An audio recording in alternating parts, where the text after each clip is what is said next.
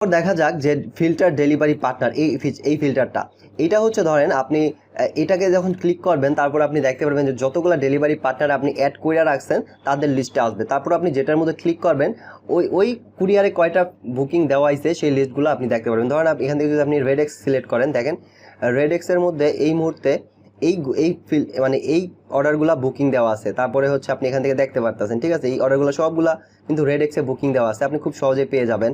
তারপরে ধরেন এখান থেকে ধরেন আপনি স্টেট ফার্স্ট এটা যদি সিলেক্ট করেন তাহলে দেখতে পারবেন এখন যে অর্ডারগুলো আইছে এই অর্ডারগুলো স্টেট ফার্স্টে, এই দেখেন স্টেট ফার্স্ট কুরিয়ার এই কুরিয়ারে বুকিং দেওয়া আছে, আপনি সহজেই বুঝতে পারতেছেন।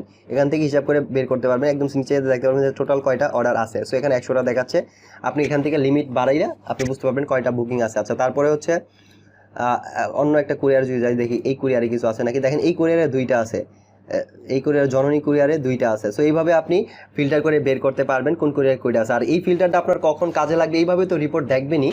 আর এটা সবচেয়ে বেশি আপনি যখন কাজে লাগবে সেটা হচ্ছে ধরেন আপনি এই যে জননী কুরিয়ারেতে 2টা অর্ডার বুকিং দিয়েছিলেন, ধরেন 2-3 দিন পরে অর্ডার ডেলিভারি হয়ে গেছে।